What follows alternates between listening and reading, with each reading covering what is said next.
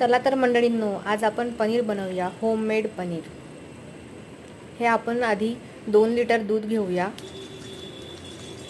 हे आपण गंजात काढून घेऊया।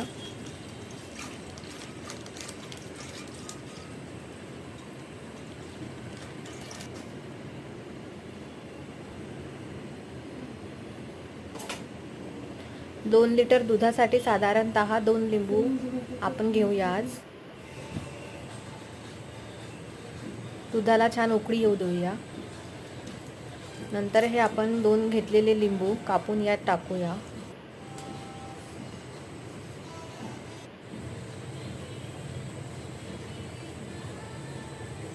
आपण आता पाहू शकता हे पनीरसाठी लागलेलं मटेरियल तयार होत आहे। दूध आता फाटलेले आहे आणि दुधात असलेलं पाणी वेगळं झालेलं आहे। चला तर आता आपण हे आधी पाणी काढून घेऊया।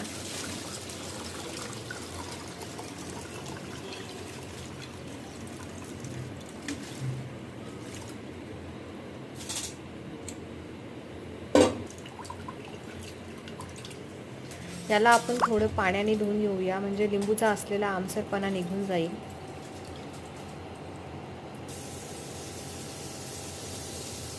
आता आपण याला रुमालमध्ये काढून घेऊया।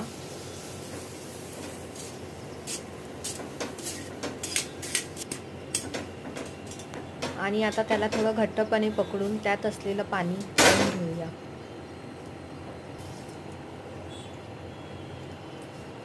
पुढे आपण त्याला बांधून ठेवणार आहोत। जर सकाळी बनवलं असेल तर संध्याकाळपर्यंत त्याला बांधून ठेवायचं, त्याच्यावर थोडंसं जड वजन ठेवायचं।